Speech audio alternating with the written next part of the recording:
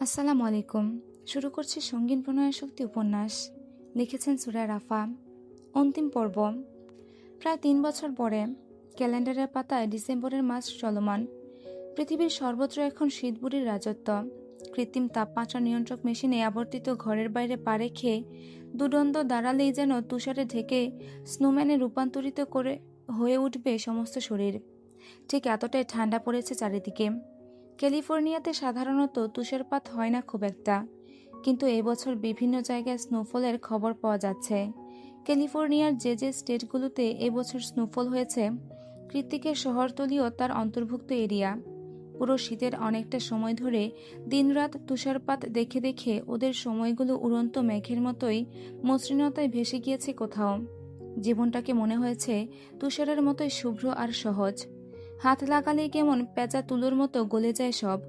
ঠিক তেমনই তুষারে ঢাকা মসৃণ দিনগুলোকে পেছনে ফেলে আজকের সকালটা শুরু হয়েছে তীক্ষ্ণ সূর্যকিরণের এক ছটাক সোনালি আলোকরশ্মির আগমনে। বাংলাদেশ আজ রৌদ্রঞ্জল। ইট পাথরে ঢাকা শহরে বাধা বিপত্তি পেরিয়ে সেই উজ্জ্বল টুকরো টুকরো রোদের ছটা আছড়ে পড়ছে যত্রতত্র। বহুদিন বাদে চোখের সামনে আজ এই সূর্যালোক বড়ই আনন্দিত করে উপভোগ করল ওরু।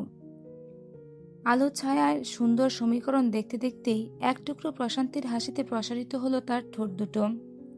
আলগোছে চোখ দুটো বুঝে বুক ভরে বাতাস টেনে নিয়ে অস্ফুটন্তে বিড়বিড়ালো সে, আহ আমার দেশ। Signing event 2027। Author Aurora Zayan Chowdhury. মাঝারি সাইজের হলরুমটার স্টেজ বরাবর উপরিভাগের বোর্ডে ঝুলছে লেখাগুলো। স্টেজের সামনে বসে আছে কিছু সংখ্যক পাঠক পাঠিকা। তাদের সবার হাতে একটা করে পুরো বই। বইগুলোর কভার পেজ দেখে মনে হচ্ছে কোনো থ্রিলার রোমান্টিক জনরার উপন্যাস হবে হয়তো। পুরোটা প্রচ্ছদে ফুটে উঠেছে রং তুলিতে ধারণ করা জীবন্ত তুষারপাতের প্রতিচ্ছবি। তার মাঝেই ভীষণ বেকুল দুজন কপত কপতির গভীর চাহনি, যেন একজন আরেকজনকে দেখে ভুবন ভুলে গিয়েছে তারা। তার ঠিক উপরে রক্তরঞ্জিত বাংলা অক্ষরে লেখা, গোধূলিবেলার রোদ্দুর। এমন তুষারপাতের দৃশ্যপটের মাঝে হঠাৎ গোধূলিবেলার রোদ্দুর কোথা থেকে এলো সেটা রহস্যই বৈকি। পাঠক পাঠিকাদের একটা বিরাট অংশের তুমুল আকর্ষণ কেড়ে নিয়েছে এই রহস্যময়ী প্রেমের উপন্যাস। তাই তো এই বছরের বেস্ট সেলের শীর্ষে রয়েছে নোভেলটি। প্রথম উপন্যাসেই এত ভালো সাড়া পেয়ে পাঠক পাঠিকাদের সম্মানার্থে একটা সাইনিং ইভেন্ট না করলেই নয়। তাই তো কৃত্তিককে 1000 বার বলে কয়ে দেশে আসার জন্য রাজি করানো হয়েছে। যদিও এর পেছনে সবচেয়ে বড় অবদান ওর বন্ধু মহলের। অরুর কথা হলে তো এক কান দিয়ে ঢুকিয়ে অন্য কান দিয়ে বের করে দিত সে। সাইনিং ইভেন্টে আগত সমগ্র পাঠক পাঠিকাদের অপেক্ষার অবসান ঘটিয়ে স্টেজ থেকে মাইক্রোফোন হাতে নিয়ে একজন অ্যাঙ্কর মতন মহিলা ঘোষণা দিয়ে মঞ্চে ডাকলেন অরুকে। কিন্তু আশেপাশে কোথাও তো অরু নেই। আমন্ত্রিত পাঠক পাঠিকারা এদিকে ওদিকে চোখ ঘুরিয়ে খোঁজার চেষ্টা করছে লেখিকাকে, কিন্তু দেখা নেই তার। ব্যাপারটা হতাশাজনক। লেখিকা মানুষ, এইটুকুনি তো কমন সেন্স থাকা উচিত ছিল। পাবলিকেশনের অ্যাঙ্কর মেয়েটা নিজেও হুট করে ঘোষণা দিয়ে বেশ বিব্রত বোধ করছেন সবার সামনে। এমনই একটা সময় ঘোষণার প্রায় 5 মিনিট পাঁচেক পরে হলের মধ্যে প্রবেশ করে শাড়ি পরিহিত একজন রমণী। ছাইরঙা সিফনের শাড়িটার কুচি ঠিকঠাক করতে করতেই মেয়েটা উঠে এলো মঞ্চে। হাঁটু অবধি নেমে আসা লম্বা চুলগুলো আলগোছে কানের পাছে গুজে অ্যাঙ্করের অনুমতি সাপেক্ষে মাইক্রোফোন হাতে নিয়ে সবার উদ্দেশ্যে মেয়েটি বলে ওঠে, শুভ সকাল পাঠকবৃন্দ। এতক্ষণ যাবৎ অপেক্ষা করিয়ে আপনাদের মূল্যবান সময় নষ্ট করার জন্য আন্তরিকভাবে দুঃখিত আমি। আসলে বিলম্বটা ইচ্ছাকৃত নয়। আজ সকালে ফ্লাইটেই বাংলাদেশে এসেছি আমি। ফ্লাইট কিছুটা ঢিলে হওয়ার দরুন এই বিলম্ব। তবুও নিজের অপরিণামদর্শিতার জন্য আমি ক্ষমা প্রার্থী। অনুগ্রহ করে ক্ষমা করবেন আমায়। এই পর্যায়ে পাঠক পাঠিকাদের করতালির আওয়াজ শোনা গেল, যার অর্থ তারা সকলে লেখিকার ক্ষমা প্রার্থনা মঞ্জুর করেছেন। সকলের করতালির আওয়াজে মিষ্টি করে হাসল লেখিকা। অতঃপর পুনরায় মাইক্রোফোনটা মুখের সামনে এনে বলল, আমরা উপন্যাস নিয়ে কথা বলবো, এর চরিত্রগুলোর যথাযথ বিশ্লেষণ করব। তার আগে নিজের পরিচয়টা দিয়ে নেই। আমি অরোরা জায়ান চৌধুরী, গ্রাজুয়েশন ফাইনাল ইয়ারে অধ্যয়নরত। অধ্যয়নরত। সেই সাথে পারিবারিক কোম্পানিতেই ইন্টার্নশিপ করছি এবছর। লেখালেখিটা আমার পেশা নয়, আর না তো আয়ের কোনো উৎস। শখ করে লিখি আমি, কারণ আমি কল্পনা বিলাসী। কলমের আচরে কল্পনাগুলোকে জীবন্ত ফুটিয়ে তুলতে পারলে আত্মতৃপ্তি পাই আমি। যেহেতু আমার মূল পেশা কিংবা পড়াশোনার অংশ সাহিত্য নয়, তাই একটা উপন্যাস বইয়ের পাতায় আনতে আমার 3 বছর লেগে গেল। তবুও আমার এইটুকু ক্ষুদ্র জ্ঞানকে এতটা সমাদর করার জন্য আমি আপনাদের সবার প্রতি কৃতার্থ পাঠকবৃন্দ। আমি আমার মেয়ে তখন থেকে কাছে, আর তুই এখানে ভাষণ দিচ্ছিস? এর পরের বাক্যটা আর শেষ করতে পারল না ওরম। তার আগে কোথা থেকে যেন একটা লম্বা মতো সুদর্শন যুবক উঠে এলো স্টেজে। তার কোলে 2 কি 2.5 বছরের একটা পিচ্চি মেয়ে বাবু। বাবুটার চোখ ছলছল করছে। চেরির মতো কোমল মিষ্টি নিষ্পাপ অধরখানা উল্টে গিয়ে ঠেকেছে চিবুক বরাবর। দেখেই বোঝা যাচ্ছে এতক্ষণ ধরে কান্নাকাটি করেছে সে। মুখের সামনে মাইক্রোফোন থাকায় হলে উপস্থিত সকলে শুনতে পেল তাদের লেখিকা মহোদয়কে বাচ্চাকে কাঁদানোর অপরাধে বড়সড় ধমক দিয়েছে একজন লোক। কৃত্তিকের এহেন ঝাড়িতে ওরু সামনে উপস্থিত সকলের দিকে তাকিয়ে অপ্রস্তুত হাসল। অতঃপর কৃত্তিকের পানে অগ্নিদৃষ্টি নিক্ষেপ করে দুহাত বাড়িয়ে কোলে নিল মেয়েকে। মায়ের উষ্ণ স্পর্শ পেতেই মেয়ে কান্নাকাটি ভুলে আলতো করে মাথাটা এলিয়ে দিল মায়ের বুকে। মেয়ে তার মাকে কাছে পেয়ে শান্ত হয়েছে। ব্যাপারটা বুঝতে পেরে স্বস্তির নিঃশ্বাস ছাড়ল কৃত্তিক। মেয়েটাও হয়েছে বাবার ফটোকপি। সে অরুকে ছাড়া কিছুই বোঝে না। এদিকে কৃত্তিকের দুনিয়া তার একমাত্র মেয়ে। মেয়ের কোনো অসন্তোষ কিছুতেই বরদাস্ত করবে না সে। অরু স্টেজে দাঁড়িয়ে কিছুক্ষণ মেয়েকে আদর দিল। অতঃপর কৃত্তিকের দিকে অসহায় চাহনি নিক্ষেপ করে ঠোঁট উল্টাল। কৃত্তিক তাতে কোনরূপ পাতা দিল না। উল্টো অরুর হাত টেনে ধরে ওকে স্টেজ থেকে নামতে নামতে বলল, হয়েছে, আর ভাষণ দিতে হবে না তোর। আমার মেয়ের খেতে পেয়েছে, ওকে খাওয়াতে হবে, চল এক্ষুনি। অরু করুণ কণ্ঠে বলল, তাই বলে এভাবে ইভেন্টের মাঝখানে চলে গেলে ওরা তো আমাকে জরিমানা করবে। কৃত্তিক যেতে যেতে জবাব দেয়, করলে করুক, তোকে না এই মাসে স্যালারি দিয়েছে, সেখান থেকে দিয়ে দিবি। ওর মুখ কালো করে বলল, আমার প্রথম স্যালারি ছিল ওটা। তাহলে আর কি, জরিমানা না দিতে পেরে জেলে যাবি? তখন আপনার মেয়ের কি হবে? ও তো কাঁদবে। অরুর কথায় থেমে গেল কৃত্তিক। পেছনে ঘুরে নিজের ঘুমন্ত মেয়ের দিকে নিষ্প্রভ চোখে তাকিয়ে রইল কিছুক্ষণ। এটা তার সত্তা, তারই অংশ। ভাবলেই ভেতরটা কেমন গলে যায়। মায়ার জোয়ারে ফুলে পেঁপে উঠে হৃদয়টা। কৃত্তিকের জীবনে এখন 2টা মেয়ে, যাদের কাছে ও ভীষণভাবে অসহায় আর ভীষণ কৃতজ্ঞ। এদের ছাড়া যে ওর দুনিয়া অচল। আর এই বাচ্চা মেয়েটা ওর সবকিছু। এই মেয়ের জন্য জীবনটা দিয়ে দিতেও বোধহয় দ্বিতীয়বার ভাববে না কৃত্তিক। কৃত্তিকের জীবনে কখনো নারীর টান ছিল না, আর না তো ও মেয়েদের খুব একটা পছন্দ করতো কোনো কালেই। ওই জন্যই হয়তো উপরওয়ালা ওকে 2জন ভালোবাসার মেয়ে উপহার দিয়েছেন, যারা এই মুহূর্তে ওর সামনেই দাঁড়িয়ে আছে। কি হলো, কি ভাবছ? আজকাল অরু আপনি তুমি গুলিয়ে ফেলে। ব্যাপারটা দারুণ লাগে কৃত্তিকের। এই মুহূর্তেও সেই তুমি শুনেই ধ্যান ভাঙল ওর। মেয়ের দিক থেকে নজর সরিয়ে অরুর কাছাকাছি এগিয়ে এসে কৃত্তিক বলল, ঠিক আছে, যা, আমার মেয়ের জন্য তোর জরিমানার টাকা মকুফ। এখন চল, তোদেরকে কৃত্তিকগঞ্জে ড্রপ করে দিয়ে আমি একটু ফ্যাক্টরি ভিজিটে যাব। কথা শেষ করে অরু সমেত আবারও হনহনিয়ে হাঁটা দেয় কৃত্তিক। অরু পুনরায় কৃত্তিককে বাধা দিয়ে বলল, আস্তে হাঁটুন না, শাড়ি পরে আছি, বাবুকে নিয়ে পড়ে যাব তো। কৃত্তিক থামল। এরপর 2 কদম পিছিয়ে অরুর কোমর চেপে ধরে ওকে নিজ বাহুতে তুলে নিতে নিতে বলল, বেবি, মেয়েকে শক্ত করে ধর। কৃত্তিকের কাণ্ডে থতমত খেয়ে গেল ওরও। সামনেই হাইওয়ে, সবাই তাকিয়ে আছে, অথচ কৃত্তিকের তাতে কোনোরূপ হেলদোল নেই। সে মা মেয়েকে কোলে নিয়ে এগিয়ে যাচ্ছে পার্কিং লটের দিকে। এমন একটা বিব্রতকর পরিস্থিতিতে পড়ে ওরু দাঁত খিচিয়ে তেতো কণ্ঠে কৃত্তিককে বলল, কি হচ্ছে, কি হচ্ছেটা কি? সবাই দেখছে, ভুলে যাচ্ছেন কেন এটা আমেরিকা নয়, বাংলাদেশ।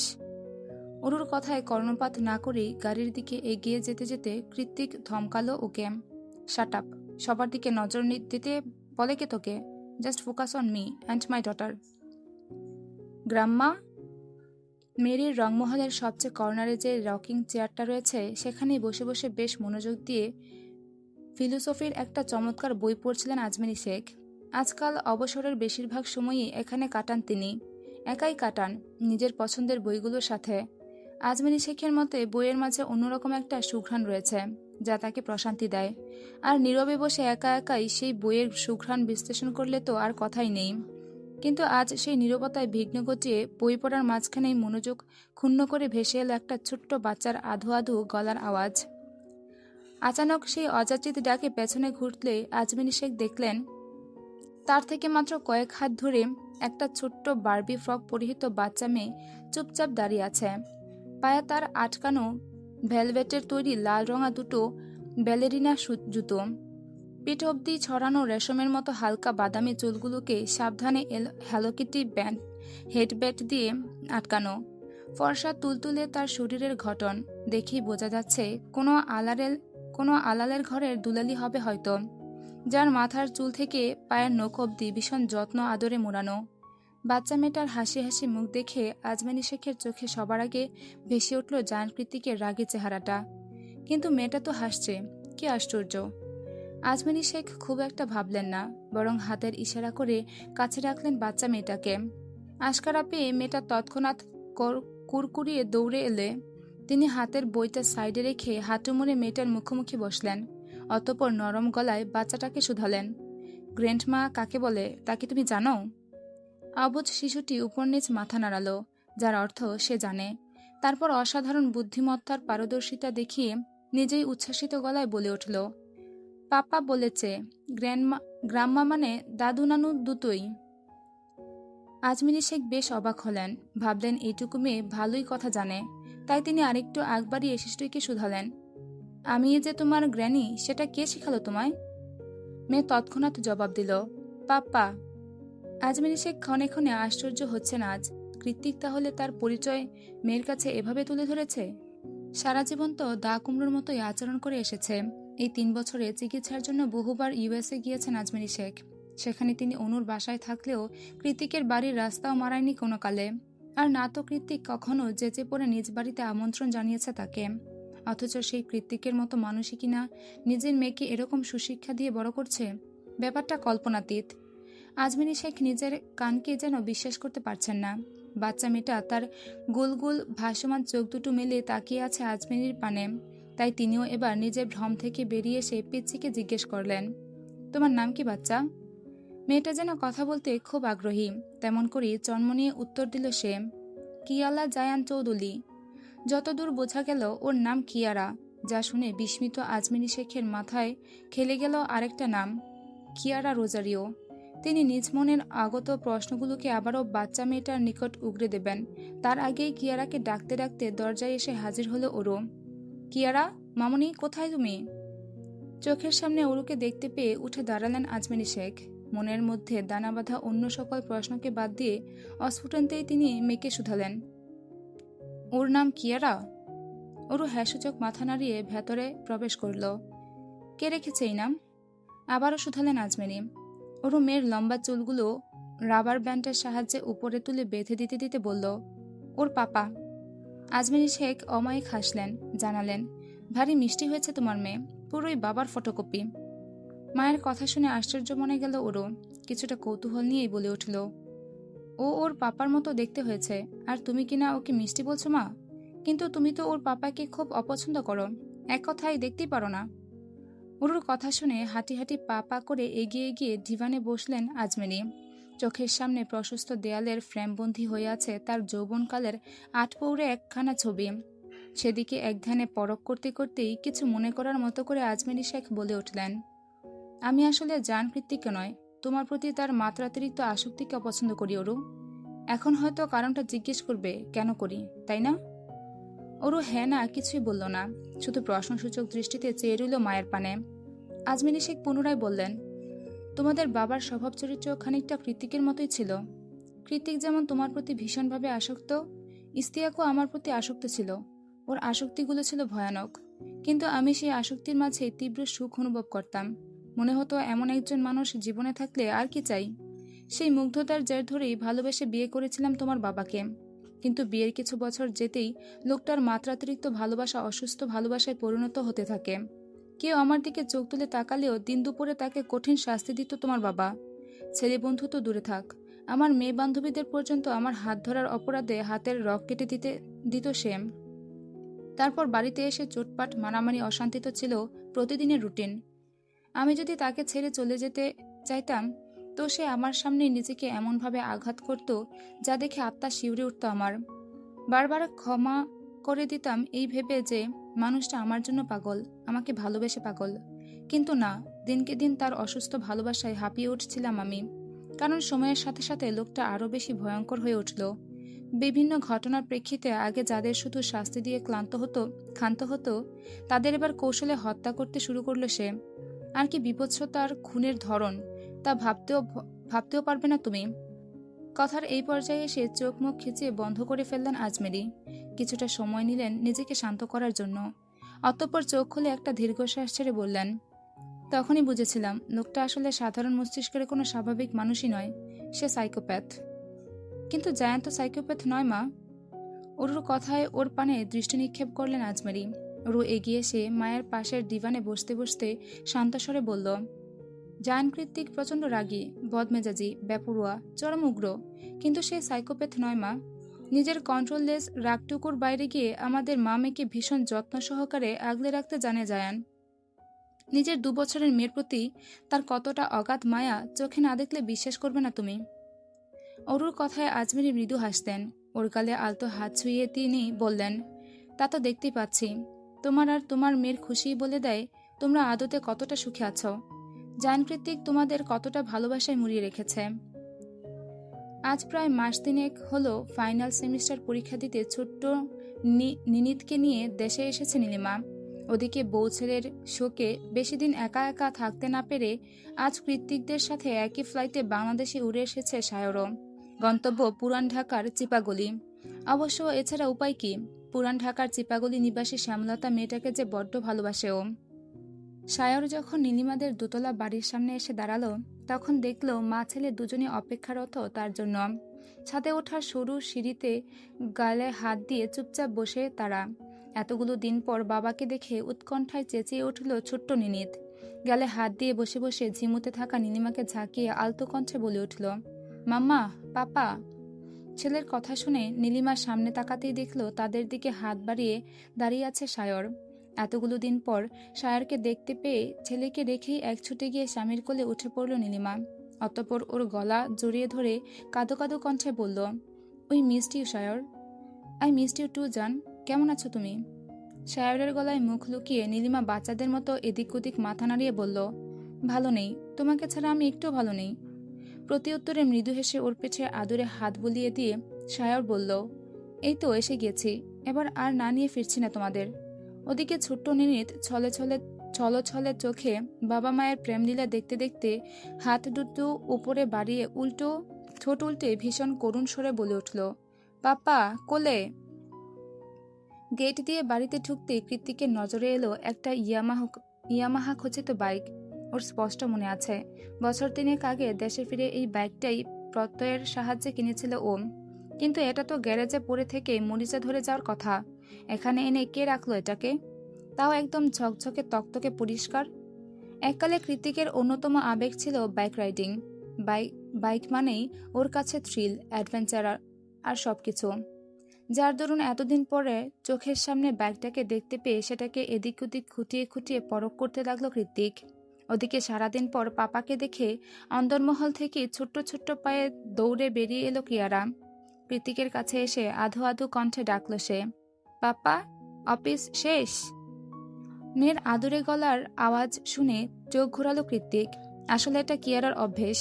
কৃত্তিক বাড়িতে এলেই ও এই প্রশ্নটা করে, কারণ ওর মামা বলে, তোমার পাপা অফিসে গিয়েছে। কৃত্তিক হাঁটু ভেঙে বসলো মেয়ের মুখোমুখি হয়ে। অতঃপর আলতো হাতে ওর চুলগুলো ঠিকঠাক করে দিয়ে উদ্গিন্ন গলায় বলল, এখানে তো অনেক গরম পাপা, চুলগুলো কেন খুলে রেখেছো তুমি? তোমার মামা কোথায়? কিয়ারা বাচ্চা মানুষ, সে হাত দিয়ে পাপার শার্টের বোতাম নিয়ে খেলতে খেলতেই জবাব দিল, জানি না। মেয়ের কথায় তৎক্ষণাৎ কপাল কুঁচকে গেল কৃত্তিকের। অরুর উপর মেজাজটা চড়ে গিয়ে শক্ত হয়ে উঠেছে দুচোয়াল। কতটা কেয়ারলেস হলে এত বড় বাড়িতে বাচ্চা মেয়েটাকে একা ছেড়ে দিতে পারে মানুষ, সেই ভেবেই রাগ লাগছে কৃত্তিকের। ও তখনই কোনো কিছু না ভেবেই বাইরে থেকে গলা উঁচিয়ে ডাকলো অরুকে, অরু, অরু। কৃত্তিকের আওয়াজ পাওয়া মাত্রই অন্তর্মহল থেকে ছুটে এলো অরু। কৃতিক অরুকে কিছু বলবে তার আগেই মেয়েকে শাসিয়ে উঠল অরু। চোখ পাকিয়ে বলল, খুব দুষ্ট হয়েছে তুমি কিয়ারা, সারা বাড়ি খুঁজছি তোমায়, আমি তোমায়, আর তুমি এখানে, পাপার পচামি একটা তুমি। মায়ের কথা কিয়ারার গায়ে না লাগলেও কৃতিক কঠোর প্রতিবাদ জানিয়ে অরুর উদ্দেশ্যে বলল, খবরদার আমার মেয়েকে বকবি না তুই। বকবো না মানে? দেখেছেন দেখেছেন ওকে খুঁজতে গিয়ে আমার হাতের কি অবস্থা হয়েছে। এই বলে নিজের ছেলে যাওয়া কোমল হাতটা কৃতিকের চোখের সামনে তুলে ধরল অরু। অরু ব্যথা পেয়েছে, ব্যাপারটা বুঝে উঠতেই হকচকিয়ে উঠল কৃতিক। অকস্মাৎ ওকে কাছে টেনে উদ্গিন্ন গলায় বলল, বেবি, বেশি লেগেছে? তুমি মামাকে বেবি কেন ডাকছো? বেবি তো আমি। মেয়ের কথায় অরু কৃতিক দুজনই হতবাক। মেয়ে রাগ করেছে, গাল ফুলিয়ে দাঁড়িয়ে আছে এসে। তা দেখে অরুকে ছেড়ে কিয়ারাকে কোলে তুলে নিল কৃতিক। কিয়ারা মুখ ঘুরিয়ে অন্যদিকে চেয়ে আছে। কৃতিক মেয়েকে মানানোর চেষ্টা করে বলল, তোমার মাম্মা আমার বেবি, আমার হার্টবিট, আমার সব, তাই ডাকছি। কিন্তু তুমি তো বেবি নও পাপা, তুমি তো আমার মা, কিয়ারা জায়ান চৌধুরী, ভুলে গেলে? বাবা মেয়ের খুনসুটির মাঝে হুট করেই পেছন থেকে অর্ণব এলিসার আওয়াজ শোনা গেল। কৃতিক পেছনে তাকিয়ে দেখল অর্ণব, এলিসা, সায়র, নীলিমা তাদের পুচকু সমেত দাঁড়িয়ে আছে। সবার মুখে বিরক্তির ছাপ স্পষ্ট। শীতকাল হলেও দুপুরবেলা ভালোই সূর্যের তেজ বেড়েছে। সেই তেজে সূর্যের আলোয় রক্তিম বর্ণ ধারণ করেছে সব কয়টার মুখমণ্ডল। কৃতিক ওদের দেখে আশ্চর্য হলো না, সবসময়ের মতোই ভাবলেসহীন গলায় বলল, কিরে, তোরা এখানে কি করছিস? ঘরবাড়ি নেই? নিজ বন্ধুদের দেখে কৃতিকের কপাল কুঁচকে এলেও এই অচেনা দেশে পাপার বন্ধুদের দেখে কিয়ারার আনন্দ হলো খুব। কারণ কিয়ারা এই মানুষগুলোকে প্রায়ই তাদের ক্যালিফোর্নিয়ার বাড়িতে দেখতে পায়। সে পাপার কোলে বসেই আনন্দে আত্মহারা হয়ে গলা ছেড়ে ডাকল, আর্থাল ভাইয়া। সঙ্গে সঙ্গে অর্ণবের কোল থেকে সাড়া দিল ওদের 3.5 বছরের ছেলে আর্থাল সায়ন্ত। সে গলা উঁচিয়ে উচ্ছ্বাসিত হয়ে বলল, কিয়ারামণি। ওদিকে নিনিত যে এত করে চাইছে কিয়ারা তার সাথে একটু কথা বলুক, বন্ধুত্ব করুক, সেদিকে কোনো হেলদোল নেই কিয়ারার। সে পাপার কোল থেকে জোর জবরদস্তি করে নেমে দৌড়ে ছুটে গেল আর্থালের কাছে। পিচ্ছিগুলোকে সাইড করে সায়র এগিয়ে এসে কৃতিককে বলল, তোর সমস্যাটা কি জেকে? আমরা সবাই মিলে এতটা পথ জার্নি করে এসে গিয়েছিলাম অরুর সাইনিং ইভেন্টে। সেখানে গিয়ে শুনি তুই নাকি ইভেন্ট শুরু হওয়ার আগেই অরুকে নিয়ে চলে এসেছিস। এর মানেটা কি? হ্যাঁ, নিয়ে এসেছি, আমার মেয়ে কাঁদছিল তাই, সোজাসাপটা জবাব কৃতিকের। কৃতিকের কথায় চিরবিরিয়ে উঠল সায়রের মাথাটা। ও দাঁত খিচিয়ে বলল, পাবলিকেশনের লোকেরা তোর ওপর বেজায় চটে আছে। তাদের এত বড় ইভেন্ট, এতগুলো টাকা, সব পণ্ড করে দিয়ে এসেছিস তুই। তারা বসে থাকবে মনে হয়? মামলা করবে তোর আর তোর মেয়ের নামে। সায়রের কথায় দুপাশা পাত্তা না দিয়ে কৃতিক চটে গিয়ে সায়রের কলার চেপে ধরে বলল, অরু অরু করছিস কাকে তুই? শালা কতবার বলেছি আমার বউয়ের নাম মুখে আনবি না তুই, কানে যায় না কথা। কৃতিককে ছাড়ানোর চেষ্টা করে সায়র গম্ভীর গলায় বলল, সম্মান দিয়ে কথা বলছে কে? ভুলে যাস না আমি তোর আগে বাবা হয়েছি। কৃতিক ছাড়া না, উল্টে হাতের জোর বাড়িয়ে সায়রকে চেপে ধরে বলল, হ্যাঁ, একদিন আগে হয়েছিস। ওই একদিন কেউ গোনায় ধরে বলে আমার মনে হয় না। সায়র কৃতিকের হাত দুটো টেনে টুনে ছাড়াতে ছাড়াতে বলল, হিটলারের বাচ্চা, ছাড় আমাকে, বাচ্চারা দেখছে। একদিন আগে হই আর 1 ঘন্টা আগে, তোর আগে বাবা তো হয়েছি, সো আই এম ফার্স্ট। তোর একদিনের ফার্স্ট আমি মানি না। কথাটা বলেই সায়রকে আরো জোরে চেপে ধরল কৃতিক। ওদের কাণ্ড দেখে এবার এগিয়ে এলো এলিসা। দুটোকে দুদিকে সরিয়ে বিরক্ত গলায় বলল, উফ, তোদের এই ফার্স্ট সেকেন্ড ঝগড়া দেখতে দেখতে বিরক্ত আমি। সেই হসপিটাল থেকে শুরু করেছিস, এখনো শেষ হওয়ার নাম নেই। সায়র নিজের মুচড়ে যাওয়া কলারটা ঠিক করতে করতে বলল, আমি ফার্স্ট, সেটা আমি সারা জীবন বলবো। দরকার পড়লে মাইক হাতে নিয়ে ঢুল পিটিয়ে বলবো। ওর মেয়ের জামাইকে বাড়ি বয়ে গিয়ে ভাঙানি দিয়ে পর্যন্ত বলে আসবো যে তার অলরাউন্ডার শ্বশুরকে হারিয়ে দিয়েছি আমিই ফার্স্ট। শালা তুই বেশি কথা বলিস। এই বলে কৃতিক তেড়ে মেরে সায়রের দিকে এগিয়ে যাবে, তার আগেই পেছন থেকে ওকে ডেকে উঠল ওরম, চলুন রাইডিংয়ে যাব, আমি রেডি। রাইডিং ছেড়ে দেওয়ার এতগুলো বছর পরে অরুর মুখে এমন একটা কথা শুনতে পেয়ে অকস্মাৎ পেছনে ঘুরল কৃতিক। দেখল লেদার জ্যাকেট, সেফটি প্যাড সবকিছু পরে কালো রঙা দুটো হেলমেট হাতে শটান দাঁড়িয়ে আছে ওরম। দেখে মনে হচ্ছে ঘর সংসার ছেড়ে ছুড়ে এখনই বাইক আর স্বামী সমেত নিরুদ্দেশ হতে চায় সে। অরুকে এভাবে হেলমেট হাতে দাঁড়িয়ে থাকতে দেখে কৃতিক এক ভ্রু কুঞ্চিত করে শুনতে পায়নি এমন ভাব দেখিয়ে শুধালো, কি বললি, কোথায় যাবি? অরু নির্লিপ্ত কণ্ঠে জবাব দিল, বাইক রাইডিংয়ে যাব আপনার সাথে। অসম্ভব, আমরা কোনো বাইক ফাইক রাইডিংয়ে যাচ্ছি না। এক্ষুনি ভেতরে গিয়ে সব ড্রেস চেঞ্জ করে আয়। সন্ধ্যা হোক, মেয়েকে সহ লং ড্রাইভিংয়ে নিয়ে যাব, এখন নয়। সবার সামনে কৃতিকের স্পষ্ট ধমকে মুখ কালো হয়ে গেল অরুর। তবুও গলায় কিছুটা সাহস ধরে রেখে বলল, আমার জন্যই তো আপনি আপনার শখের রাইডিং বাদ দিয়েছেন, এখন না হয় আমার জন্যই করুন। কৃতিক স্থির মূর্তির ন্যায় দু পকেটে হাত গুজে দাঁড়িয়ে শক্ত গলায় বলল, রাইডিং আমার শখের সেটা কে বলল তোকে? লিসেন, এই পৃথিবীতে কিয়ারা জায়ানের যে শখের জিনিস আমার আর কিছু নেই, আর সেটা তুই আমাকে উপহার দিয়েছিস। আর কোনো শখ অপূর্ণ নেই আমার। কৃতিক রেগে যাচ্ছে দেখে এলিসা এবার এগিয়ে এসে ওদের মধ্যে আগ বাড়িয়ে বলে উঠল, নিয়ে জানা যে কে, এমন করছিস কেন? ওরও শখ করে তোর কাছে আবদার করেছে। No way. স্বামী স্ত্রীর মাঝখানে এলিসা এভাবে কাকুতি মিনতি করছে, তবুও কৃতিক নিজের কথায় অনড়। ব্যাপারটাতে বেশ অপমানিত হলো ওরও। ও তৎক্ষণাৎ হেলমেটটা মাটিতে ছুঁড়ে ফেলে দিয়ে হনহনিয়ে এগিয়ে গেল অন্দরমহলের দিকে। তবে ভেতরে প্রবেশ করার আগেই ওকে হ্যাচকা টানে কোলে তুলে নিল কৃতিক। সবার সামনে বকবেও, আবার নির্লজ্জের মতো কোলেও নেবে। কৃতিকের এসব পাগলাটে বিহেভিয়ার দেখে দেখে অভ্যস্ত ওরও। তাই ও নিজেও বিরক্ত হয়ে কৃতিকের থেকে নিজেকে ছাড়ানোর বৃথা চেষ্টা করে ঝাঁজিয়ে উঠে বলল, ছাড়ুন আমাকে। কৃতিক ওরুকে সামলে বাইকের দিকে এগিয়ে যেতে যেতে বলল, এত জিদ কেন তোর বেবি? কোনো কিছুতে এখন আর তোর সাথে পেরে উঠি না আমি, সবসময় হেরে গিয়ে স্যালেন্ডার করি। মেয়েটাকে উপহার দিয়ে একেবারে জায়ান কৃতিকের মাথা কিনে নিয়েছিস। উল্টাপাল্টা যা মন চায় তাই আবদার করে বসে থাকিস, কিছু বলতে পারি না আমি। কৃতিকের কথার পাছে ওরু চেঁচিয়ে উঠে বলল, যাব না আমি আপনার সাথে, ছাড়ুন। কৃতিক ওরুকে বাইকে বসিয়ে দিয়ে বলল, তুই যাবি তোর ঘাড়ও যাবে, চুপচাপ বস। অতঃপর হেলমেট পরে বাইক স্টার্ট করতে করতে কৃতিক এলিসার দিকে তাকিয়ে বলল, মেয়েটাকে দেখে রাখিস এলি, মেয়ের মায়ের রাগ ভেঙে গেলেই ফিরে আসবো। আর যদি আজ রাতে না ফিরি, তাহলে বুঝবি মেয়ের বাবা একটু প্রাইভেসি চায়। He just craving for his wife. সবকিছু সামলে নিস, আর ফোন করিস। সবসময়ের মতো বন্ধুকে আশকারা দিয়ে হাত নেড়ে বিদায় জানালো এলিসা। তৎক্ষণাৎ কৃত্তিকপুঞ্জের গেট ছাড়িয়ে বেরিয়ে গেল বাইকটা। কৃত্তিক চলে গেলে সায়র একাই বিড়বিড়ালো, শালা নির্লজ্জ একটা, মেয়েটাকে অবধি নিয়ে গেল না। এলিসা সায়রের দিকে অগ্নিদৃষ্টি নিক্ষেপ করে দাঁত কটমটিয়ে বলে উঠল, চুপ করবি তুই?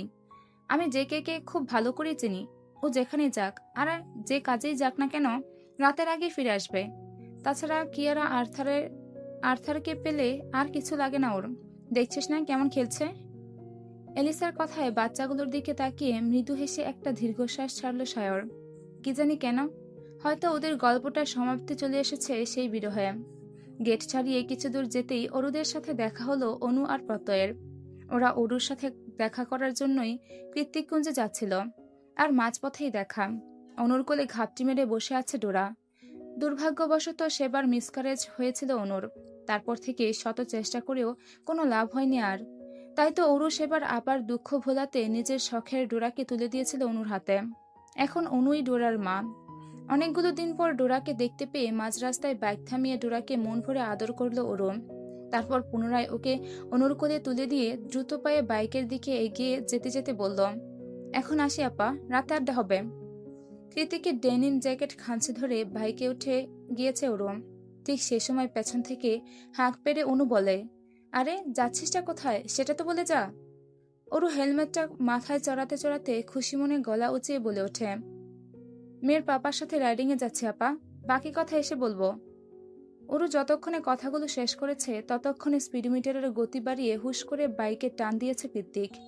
না বলে হুট করে এভাবে গতি বাড়ানোর দরুন আচমকা কৃতিকের পিঠের ওপর ঝুঁকে পড়ল ওরু। কৃতিক লুকিং গ্লাসে তাকিয়ে ডাকলো ওরুকে, বেবি।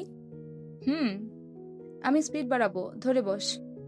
কৃতিকের কথার জবাবে ওরু ঠোঁট উল্টে বলল, ধরেছি তো। কৃতিক লুকিং গ্লাসে চোখ রেখেই হাসকি সরে বলল, আরো শক্ত করে জড়িয়ে ধর, তোকে ফিল করতে পারছি না। কৃতিকের কথায় লাজুক হেসে নিঃসংকোচে পেছন থেকে ওকে দু হাতে শক্ত করে জড়িয়ে ধরে ওর কাঁধে চিবুক ঠেকালো ওরু।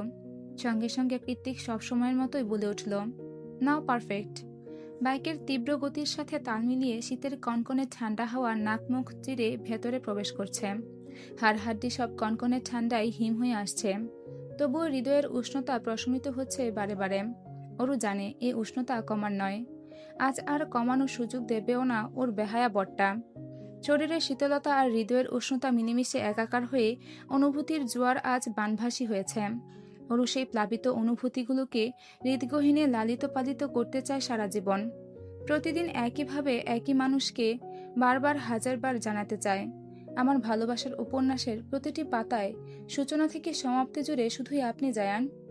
কৃত্তিক অরুর কথা শুনেনি ঠিকই, তবে ওর মন বলছে, শুধু উপন্যাস কেন, এই জীবনে এমন কোনো অধ্যায় অবশিষ্ট নেই যেখানে তোর আবির্ভাব ঘটেনি হার্টবিট। যদিও তা থেকে থাকে, তবে সে অধ্যায় ছিল নিছকই মূল্যহীন, অনুভূতিহীন আর পরিশেষে অস্তিত্বহীন। দুজনার মন গহীনের বিস্তীর্ণ সুপ্ত অনুভূতির আদান প্রদান বোধ হয় শেষ হবে না আজ আর না তো সমাপ্তি ঘটবে সঙ্গীন প্রণয়ের শক্তির। শুধু পাল্টে যাবে দৃশ্যপট। ইয়ামাহা খচিত নীলচে বাইকটা মাইলের পর মাইল পেরিয়ে গিয়ে একসময় আড়াল হয়ে যাবে দৃষ্টি সকলের। পশ্চিম আকাশ সিঁদুর রাঙা হয়ে ধীরে ধীরে আধারের ভিড়ে তলিয়ে যাবে সূর্যকিরণ, অস্ত যাবে ধরণী। তবুও মুক্ত শালিকের ন্যায় ডানা ছাপটানো একজোড়া হৃদয়ের আজ আর পায়তারা মিলবে না নিরে ফেরার। তারা আজ পাখির মতোই অবাধে ধাপিয়ে বেড়াবে পুরো শহর জুড়ে, এ যেন তাদের দৃঢ় প্রতিজ্ঞা। এই পর্যন্তই ছিল সঙ্গীন প্রণয়াসক্তি উপন্যাসের অন্তিম পর্ব। সঙ্গীন প্রণয়াসক্তি লিখেছেন সুরায় রাফা।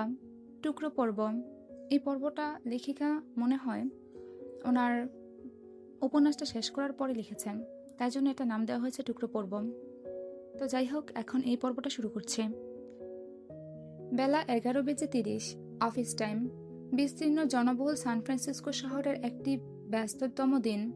36 তলার বহুতল ভবনের অবিচ্ছেদ্য এক কামরায় বসে মধ্যমা আর তর্জনীর ডগায় পেন্সিল ঘোরাচ্ছে কৃত্তিক। দৃষ্টি তার ল্যাপটপের স্ক্রিনে নিবদ্ধ। তার গভীর মনোযোগ আর ধীরস্থির চিন্তাভাবনাই বলে দেয় বংশ পরম্পরায় পাওয়া রিয়েল এস্টেট বিজনেসের কাণ্ডারির দায়িত্বখানা বেশ ঘটা করেই পালন করছে সে। বিগত বছরগুলোর শেয়ার কেনাবেচার রৈখিক চার্টের ঊর্ধ্বগতি তার দৃষ্টান্ত প্রমাণ। বছর শেষ হওয়ার আগেই এশিয়ার সবগুলো ট্যুরিস্ট স্পটে জেকে গ্রুপের টপনোজ হোটেলগুলোর ব্যাপক প্রসার ঘটাতে মরিয়া কৃত্তিক। পরিকল্পনা ঠিকঠাক, এবার ইনভেস্টমেন্টের পালা। আপাতত কাজের চাপে নাজেহাল সে, বোধ হয়ে আছে নানান জটিলতায়।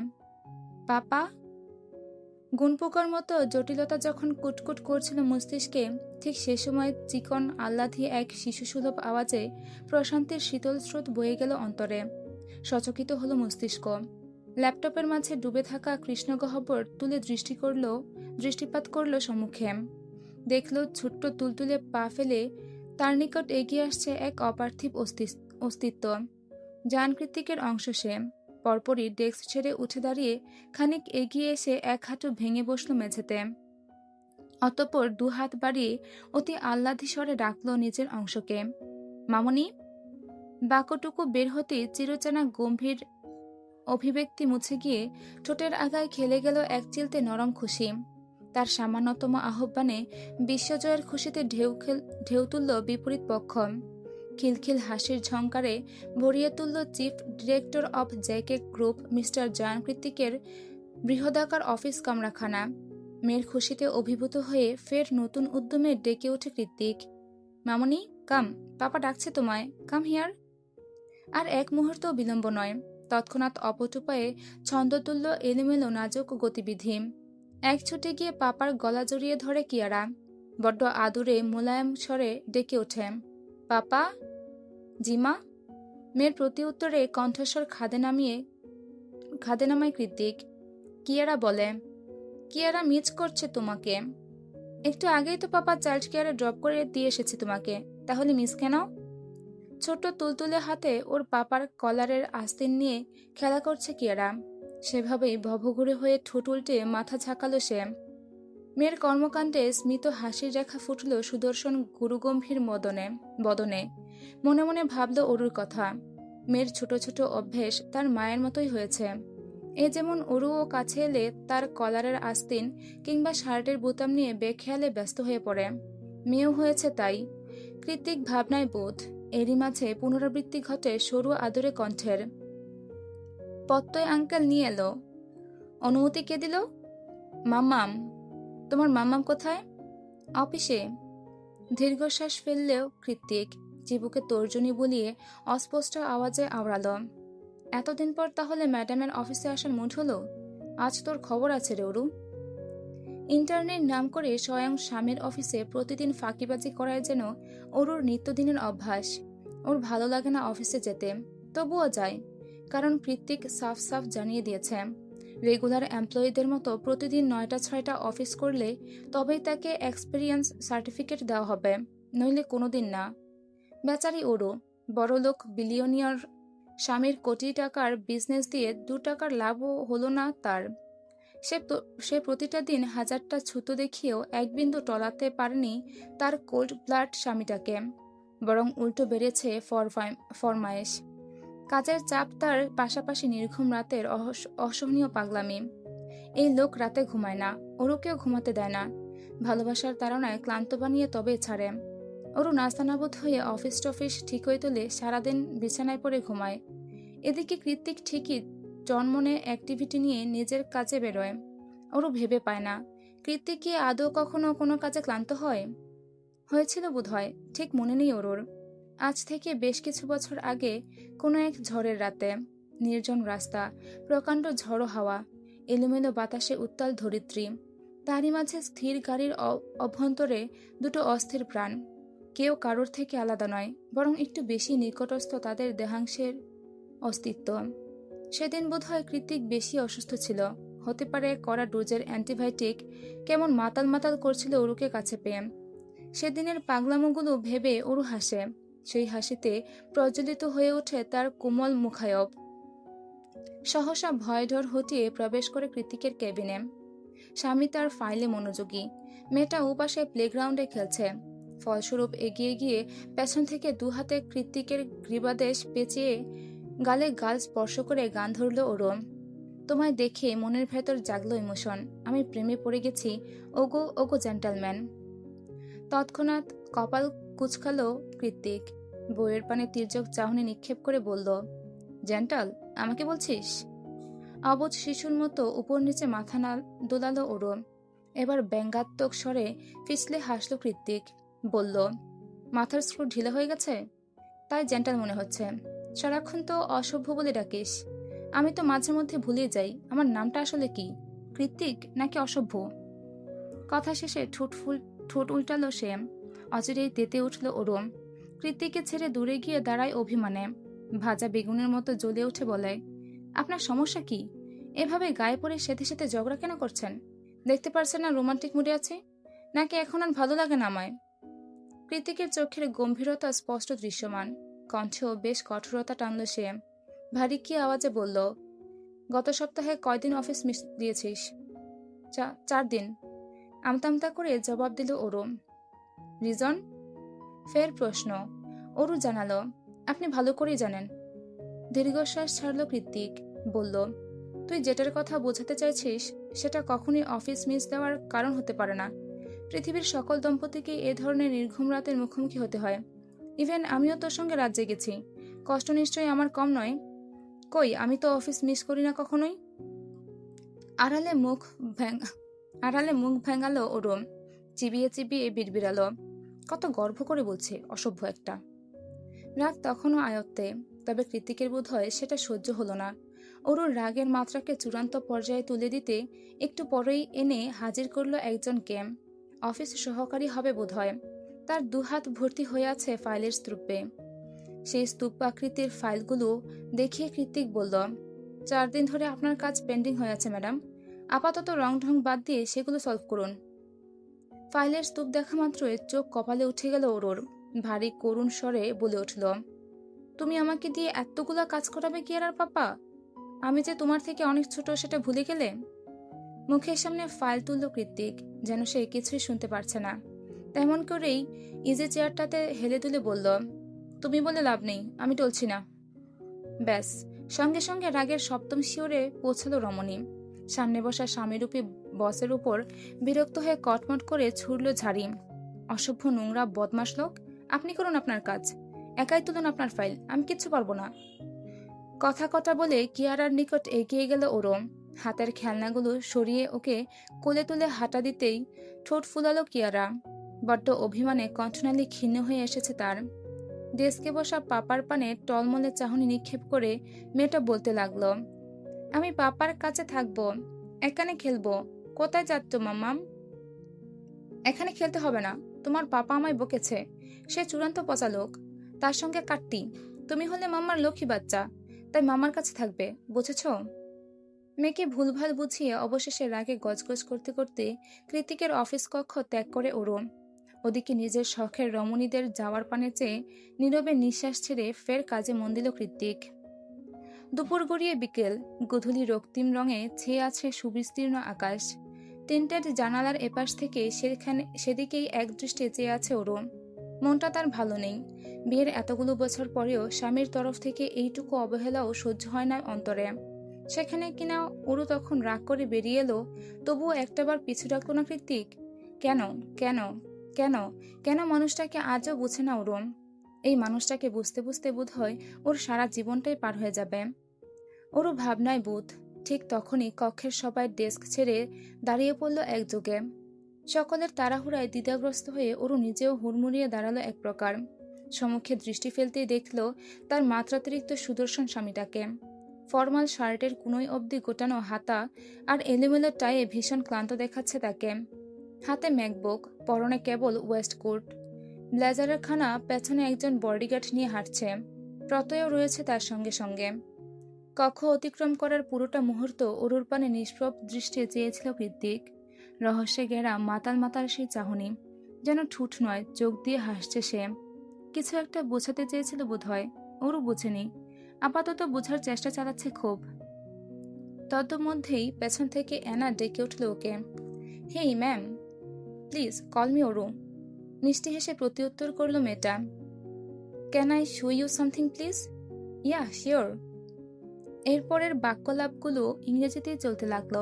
মেয়েটা কৃত্তিকের একটা ছবি দেখালো ওরুকে, যেটা মাত্রই তুলেছে সে।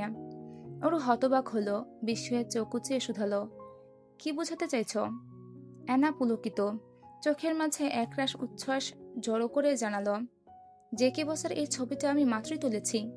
এখান থেকে পাশ করে যাওয়ার সময় সে তোমার দিকে কেমন অদ্ভুতভাবে তাকিয়েছিল, তাই কৌতূহলবশত আর্টিফিশিয়াল ইন্টেলিজেন্সের কাছে জানতে চাইলাম তার এই চাহনির মানে কি। বাকিটা তুমি নিজেই দেখে নাও। কথা শেষ করে অরুর পানে আইপ্যাড বাড়িয়ে দিল অ্যানা। ঠোঁটে তার লজ্জা মিশ্রিত নিগুড় হাসি।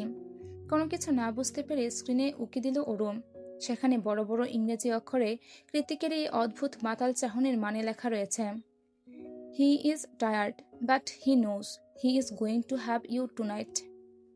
বাক্যটা পরে নিঃশব্দে চোখ খিঁচল ওরও।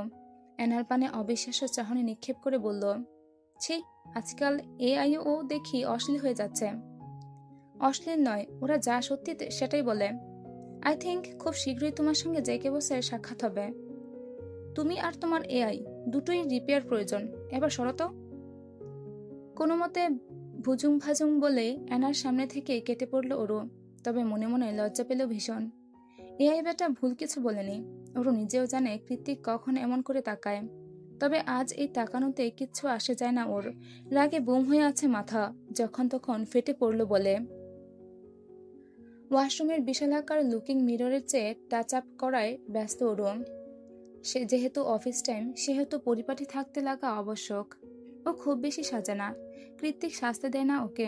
বাড়িতে ড্রেসিং টেবিলের সামনে দুজন একসাথে রেডি হতে গেলে লোকটা সবসময় ওর চোয়াল চেপে ধরে কঠোর আদেশ জারি করে, এই সাদাসিধে স্নিগ্ধ মুখটা যাতে কোনো মেকআপের আড়ালে ঢাকা না পড়ে। ইউনো, আটা ময়দা কিংবা লিপস্টিক কোনোটাই খাওয়ার শখ নেই আমার। নিজের স্নিগ্ধ সরল মুখটাকে আয়নার প্রতিবিম্বে দেখে বিরক্ত হয় অরুণ। কৃতিকের উপর অভিমান ফলাতে ব্যাগ থেকে একটা গাঢ় লাল লিপস্টিক বের করে লাগাতে শুরু করে অধর মাঝে। দেখতে মোটেও মন্দ লাগছে না। সহসা আয়েশ করে এপাশ ওপাশ ঘুরিয়ে বেশ মোটা প্রলেপে আস্তরিত করতে লাগলো নিজের ঠোঁট। ঠিক তখনই কোথা থেকে যেন একজোড়া পুরুষালী বলিষ্ঠ হাত এসে আষ্টে পৃষ্ঠে জড়িয়ে নিল ওর লতানো কটিদেশ। স্যান্ডেলউডের মাদকীয় সুঘ্রাণে শিরশির করে উঠল সর্বাঙ্গ। স্পর্শের প্রগরতায় মিয়ে যেতে চাইছে ওরও। ওরও ভালো করে জানে মানুষটাকে, কারই বা এত সাহস হবে। তবুও না বোঝার ভান ধরে রইল। বিস্মিত হয়ে বলল, কে? It's your man. It's me, your man. Oops, sorry, gentleman. এবারে আয়নার প্রতিবিম্বে ওর পাশাপাশি ভেসে উঠল আরেক সুদর্শনের অবয়ব। ওর কাঁধে চিবুক ঠেকিয়েছে সে। অস্থির হয়ে ঘ্রাণ নিচ্ছে ওর শরীরের। ফের বিদ্যুৎস্পৃষ্ট অনুভূতির তোরে গুটিয়ে গেল ওরও। দুহাতের আঙ্গুল ধারা খামচে ধরল ওরুর দিকের জামাটা।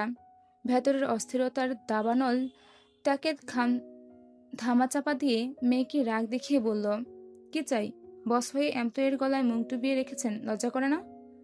হার্টবিট। পৃথিবীর সবটুকু মোহ ধরে রেখে ছোট্ট এই শব্দটা উচ্চারণ করল কৃত্তিক। শীতল অথচ বিমত্ত হয়ে দুহাতে স্পর্শ করল প্রেয়সীর নরম তুলতুলে অধর। অধর ছোঁয়ালো রমণীর অনাবৃত পিঠের মাঝখানে। সেখানে আঁকিবুকি বিরাজমান। সহসা উন্মাদনা মাত্রা ছাড়ালো। শীতল স্পর্শ নিমিষেই পরিণত হলো স্ফুলিঙ্গে। নাজুক মেয়েটার সর্বাঙ্গে আগুন জ্বালাতে মোটেও দ্বিধা করে না তারা। যেন প্রতিবারই প্রথমবারের সেই শিহরণ জাগিয়ে তোলে অন্তরে। খেই হারালো ওরও। ভেঙে চড়ে একাকার হয়ে দিশাহীন গলায় বলল, এমন করছেন কেন? আমি সহ্য করতে পারছি না, অস্থির লাগছে ভীষণ। লাগুক, আমি চাই আরো বেশি করে অস্থির লাগুক তোর। কি? ওর বলতে বাকি তৎক্ষণাৎ ওর ঘাড়ের ফাঁকে আলতো কামড় বসালো কৃত্তিক। মৃদুস্বরে আর্তনাদ করলো ওরও, আহ লাগলো। ফের হাসকি আওয়াজ বেদ করলো কণ্ঠতালো, হুশ, হার্টবিট। নিরবিচ্ছিন্ন কণ্ঠসুরে কেবল দুজন মানব মানবের কাছে আসার প্রবণতা।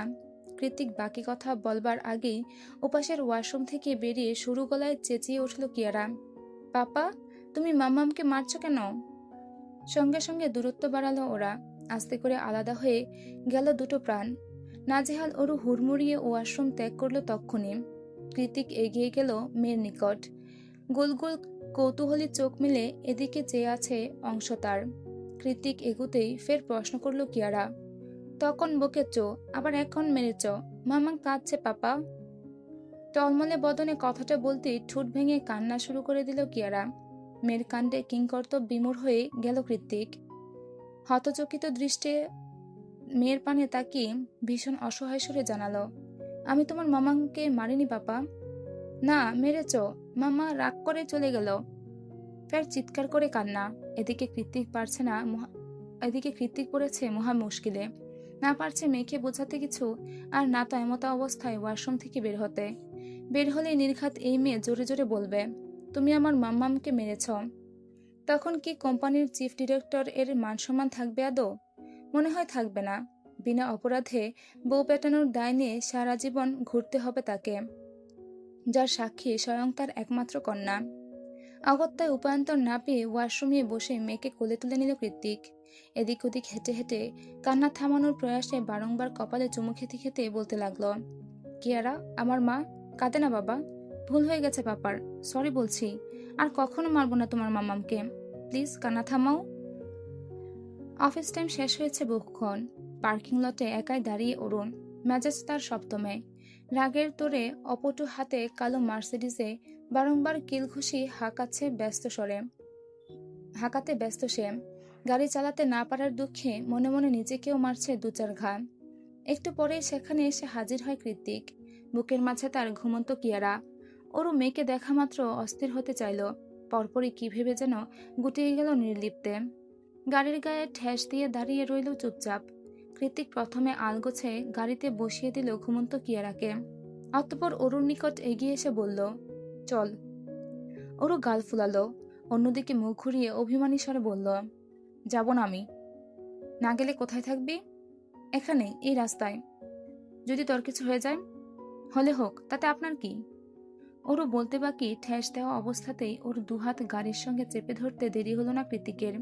নির্বিকারে দাঁতের দাঁত পিষলে সে হিমবাহের ন্যায় শীতল কণ্ঠে বলল, কিয়ারা জায়ানের পাপা মিস্টার জায়ান কৃত্তিক হয়ে আছে বলে এটা ভাবিস না যে আমি অরোরা জায়ানের অসভ্য কৃত্তিক চৌধুরী হতে ভুলে গেছি। মনে রাখিস, ওইটা আমার আসল রূপ।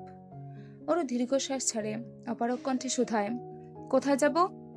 যেখানে আমি নিয়ে যাব। বাক্য শেষ করে ওরকে ঠেলে গাড়িতে বসায় কৃত্তিক। অতঃপর কোথাও একটা কল করে জানায়, মেয়ে বায়না ধরেছে, সে আজ তার আর্থার ব্রাদারের সঙ্গে ঘুমাবে। কারণ তার পাপা বউকে নিয়ে লেট নাইট ডেটে যাচ্ছে। কল কেটে যেতেই কপাল কুঁচকে গেল অরুর। কণ্ঠনালীতে বিস্ময় ধরে রেখে বলে, লেট নাইট ডেট মানে? কোথায় নিয়ে যাবেন আপনি আমায়? ঋত্বিক জবাব দেয় না। গাড়ির ক্লাচারে পা দাবিয়ে প্লেলিস্ট চেক করে একটা গান চালিয়ে দেয় শুধু। क्या जाने तू मेरे इरादे ले जाऊंगा सांसें चुरा के दिल कह रहा है गुनहगार बन जा बड़ा चैन है इन गुनाहों से आगे। যেতে যেতে গভীর হয়ে আসে রাত। আধারে গুটগুটে হয় অমানিসার আকাশ। গাড়ির মন্থর আলোয় খানিক বাদে বাদে মেয়ে আর তার মায়ের পানে নিগড় দৃষ্টিপাত করে কৃত্তিক। ওরু শুধায়, কি দেখছেন? স্মিত হেসে হিসিয়ে জবাব দেয় কৃত্তিক, আমার দুনিয়া। সমাপ্ত। এই ছিল সুরায়া রাফা রচিত উপন্যাস সঙ্গীন প্রণয়াসক্তি। উপন্যাসটির শেষ পর্যন্ত আমার সাথে থাকার জন্য আপনাদের সবাইকে হৃদয়ের গভীর থেকে অসংখ্য ধন্যবাদ। আশা করি গল্পটির প্রতিটি অনুভূতি, প্রতিটি অধ্যায় আপনাদের মন ছুঁয়ে গেছে। যদি ভালো লেগে থাকে তাহলে অবশ্যই ভিডিওটিতে একটি লাইক দিন, আপনার প্রিয়জনদের সাথে শেয়ার করুন এবং নতুন নতুন গল্প পেতে আমাদের চ্যানেলটি সাবস্ক্রাইব করে পাশে থাকে বেল আইকনটি চাপতে ভুলবেন না। আপনাদের ভালোবাসা ও উৎসাহই আমার এগিয়ে চলার শক্তি। খুব শীঘ্রই আবার নতুন কোনো সুন্দর গল্প নিয়ে হাজির হব ইনশাল্লাহ। ততদিন পর্যন্ত সবাই ভালো থাকবেন, সুস্থ থাকবেন। আল্লাহ হাফেজ।